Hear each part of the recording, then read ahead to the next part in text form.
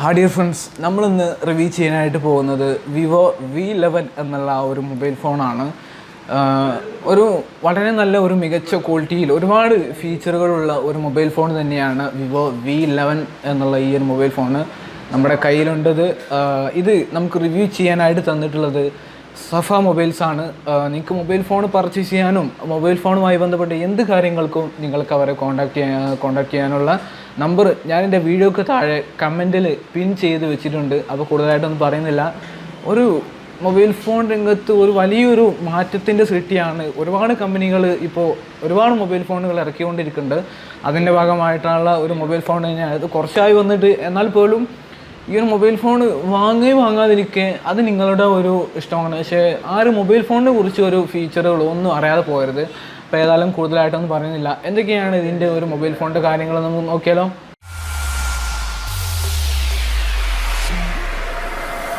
I friends, അപ്പോൾ ഇതാണ് നമ്മുടെ മൊബൈൽ ഫോണ്. ഞാനിത് പൊട്ടിച്ചിട്ടില്ല, പൊട്ടിക്കാത്ത ബോക്സാണ്. ഏതായാലും ഞാനിത് പൊട്ടിച്ച് അൺബോക്സ് ചെയ്യുകയാണ്. കാരണം അതിനകത്തുനിന്ന് നമുക്ക് മൊബൈൽ ഫോൺ എടുക്കേണ്ടതായിട്ടുണ്ട്. അപ്പോൾ നമുക്ക് ഏതായാലും അതിനകത്തുനിന്ന് മെല്ലെ മൊബൈൽ ഫോണ് പുറത്തേക്ക് എടുക്കണം. അപ്പോൾ ഏതായാലും അതിൻ്റെ കാര്യങ്ങളൊക്കെ ഒന്ന് നമുക്ക് ഈ ഒരു വീഡിയോയിലൂടെ നമുക്ക് മനസ്സിലാക്കാവുന്ന ഒരു കാര്യം തന്നെയാണ്. അപ്പോൾ ഏതായാലും അതിനകത്ത് ബോക്സിനകത്ത് നമുക്കൊരു USB മോഡൽ ചാർജറുമുണ്ട്, പിന്നെ ഒരു ഹെഡ്സെറ്റുമുണ്ട്. അപ്പോൾ ഏതായാലും ഞാൻ ഫോൺ പുറത്തേക്ക് എടുത്തു. ഇതാണ് നമ്മുടെ മൊബൈൽ ഫോൺ. ആദ്യം തന്നെ നമുക്കിതിൻ്റെ യൂണി ബോഡി പ്ലാസ്റ്റിക് ഡിസൈനാണ് ഈ ഒരു മൊബൈൽ ഫോണ് വരുന്നത്. പിന്നെ ദെൻ അടുത്തതായിട്ട് നമുക്കിതിൻ്റെ ഒരു body dimension 75.8 into 187.91 into 7.9 mm ആണ് ഇതിൻ്റെ ഒരു ബോഡി ഡയമെൻഷൻ എന്ന് പറയുന്നത്. പിന്നെ ഇതിൻ്റെ ഒരു ബോഡി ഡയമെൻഷൻ അധിക വെയിറ്റ് ഒന്നും നമുക്ക് ഈ ഒരു മൊബൈൽ ഫോണ് ഇല്ല. വെറും 163.7 ഗ്രാമാണ് ഈ ഒരു മൊബൈൽ ഫോണിൻ്റെ ഇത് എന്ന് പറയുന്നത്. പിന്നെ അടുത്തതായിട്ട് ഇതിൻ്റെ ഫ്രണ്ടിൽ നമുക്കൊരു ക്യാമറ ഉണ്ട്. പറയുകയാണെങ്കിൽ 25 മെഗാ പിക്സലാണ് ഇതിനകത്ത് ഫ്രണ്ട് ക്യാമറയിൽ വരുന്നത്. ഫ്രണ്ട് ക്യാമറ വെച്ച് പറയുകയാണെങ്കിൽ വളരെ ഒരു മികച്ച മുന്നേറ്റം തന്നെയാണ് വിവോ കൊണ്ടുവന്നിട്ടുള്ളത്. അത് നമുക്ക് എടുത്തു പറയേണ്ട ഒരു കാര്യം തന്നെയാണ് ഫ്രണ്ട് ക്യാമറയെ കുറിച്ച്. അതായത് 25 മെഗാ പിക്സലാണ് ഇതിൻ്റെ ഒരു ഫ്രണ്ട് ക്യാമറ വിവോ കൊണ്ടുവന്നിട്ടുള്ളത്.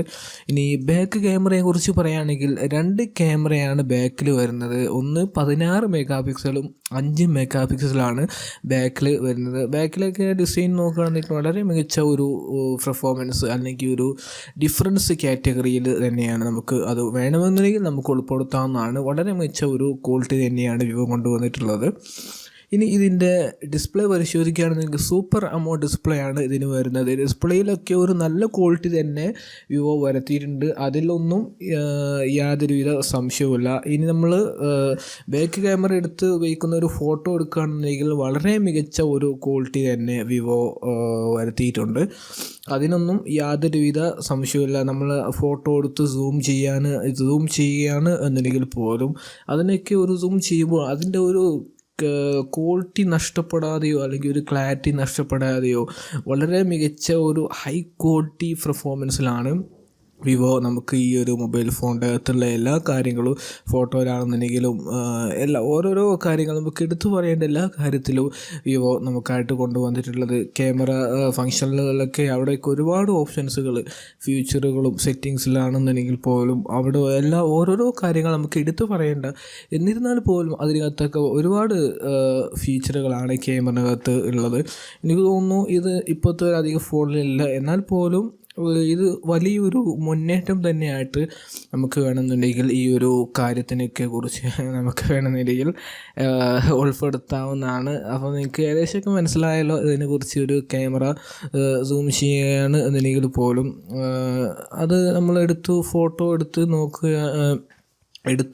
എന്നിട്ട് നമ്മളത് ഫോട്ടോ എടുത്ത് നോക്കി അത് ഗാലറി പോയാൽ എവിടെ പോയി നമ്മൾ എടുത്താലും വളരെ മികച്ച ഒരു ഡിഫറൻസ് ആയിട്ടാണ് വരുന്നത്. ഇനി ഇതിൻ്റെ റെസൊല്യൂഷൻ പരിശോധിക്കുകയാണെന്നുണ്ടെങ്കിൽ 1080 ഇൻറ്റു 2340 @ 402 ppi ആണ് ഇതിൻ്റെ ഒരു റെസൊല്യൂഷൻ വരുന്നത്.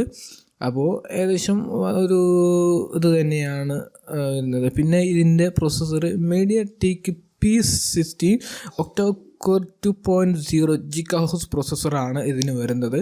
ഇനി ഫ്രണ്ട് ക്യാമറ എടുത്ത് ഉപയോഗിച്ച് ഇരിക്കുന്ന ഒരു ഫോട്ടോ നമ്മൾ പരിശോധിക്കുകയാണെന്നുണ്ടെങ്കിൽ വളരെ മികച്ച, അതിനും യാതൊരുവിധ മാറ്റവും ഇല്ല എന്ന് വേണമെങ്കിൽ നമുക്ക് പറയാവുന്നതാണ്. ദെൻ അടുത്തതായിട്ട് ഇതിൻ്റെ റാം 6 GB റാമാണ് ഇതിന് വരുന്നത്. പിന്നെ ഇൻറ്റേർണൽ സ്റ്റോറേജ് 64 GB ഇൻറ്റേർണൽ സ്റ്റോറേജാണ് വരുന്നത്. ഇനി നമ്മൾ ഡിസ്പ്ലേ ഇഞ്ച് വരുന്നത് ഞാൻ പറഞ്ഞില്ല, സോറി, 6.3 ഇഞ്ച് ഡിസ്പ്ലേ ആണ് ഇതിന് വരുന്നത്. ഇനി ബാറ്ററി പരിശോധിക്കുകയാണെങ്കിൽ 3315 mAh ബാറ്ററിയാണ് ഇതിനകത്ത് നമ്മൾ വരുന്നത്. അപ്പോൾ ഏകദേശം കാര്യങ്ങളൊക്കെ മനസ്സിലായല്ലോ. പിന്നെ ഫിംഗർ പ്രിൻ്റ് സെൻസറാണ് വരുന്നത്. അപ്പോൾ കൂടുതലായിട്ടൊന്നും പറയുന്നില്ല. ഈ മൊബൈൽ ഫോണിനെ കുറിച്ച് ഏകദേശം കാര്യങ്ങളൊക്കെ നിങ്ങൾക്ക് മനസ്സിലായിരിക്കും എന്ന് ഞാൻ വിചാരിക്കുന്നു. അപ്പോൾ ഈ ഒരു വീഡിയോ ഇഷ്ടമായാൽ തീർച്ചയായിട്ടും നിങ്ങൾ കൂട്ടുകാരിലേക്ക് ഷെയർ ചെയ്യുക. ഈ ഒരു വീഡിയോയെക്കുറിച്ചുള്ള അഭിപ്രായം നിങ്ങൾ വീഡിയോക്ക് താഴെ കമൻ്റായിട്ട് രേഖപ്പെടുത്തുക. അപ്പോൾ അടുത്തൊരു വീഡിയോയിൽ വേറൊരു ഇൻട്രസ്റ്റിംഗ് സബ്ജക്റ്റുമായിട്ട് നമുക്ക് വീണ്ടും കാണാം കൂട്ടുകാരെ. ബായ്.